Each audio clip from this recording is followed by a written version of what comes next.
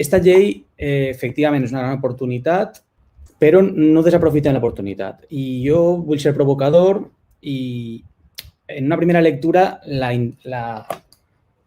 impressió que me dona és que és una llei per a facilitar la instal·lació de granges solars, de factories solars. D'acord? Això està molt ben definit en la llei i ho diu molt clar. I una altra cosa que té molt bona és el tema de la mitigació, és a dir, la descarbonització. Sí que n'hi ha una proposta concreta, que està molt bé, de taxació a les emissions. Ahí n'hi ha dues qüestions. Com ja ha apuntat Santiago, la primera qüestió és convertir els entorns rurals i inclús una cita que diu textual la llei de baix valor agronòmic en camp abonat per a una nova bombolla de l'especulació urbanística lligada a l'explotació solar. És que necessitem fàbriques solars, sense lloc a dubtes, però caldrà fer un ús molt curós del territori. És que la Conselleria de Territori determinarà quines zones són les bones. Ja, però és que aquestes zones que són les bones són moltes zones. És molt de territori d'aquest país.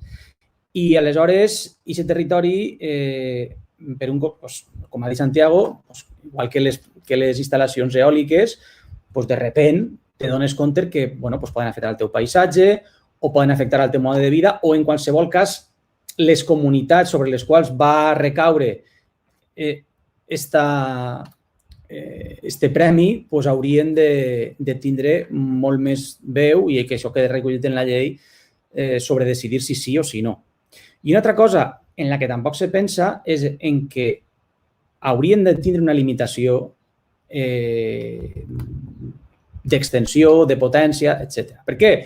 Perquè si obrim la porta i damunt, des de l'administració, facilitem la implantació de grans factories solars, pot donar-se el cas que només els grans, és a dir, la gent que té moltíssim múscul financer i és capaç d'abordar un projecte de 500 hectàrees o de 1.000 hectàrees, que són moltíssims milers de milions o per almenys centenars de milions d'euros, siguin les mateixes companyies de sempre.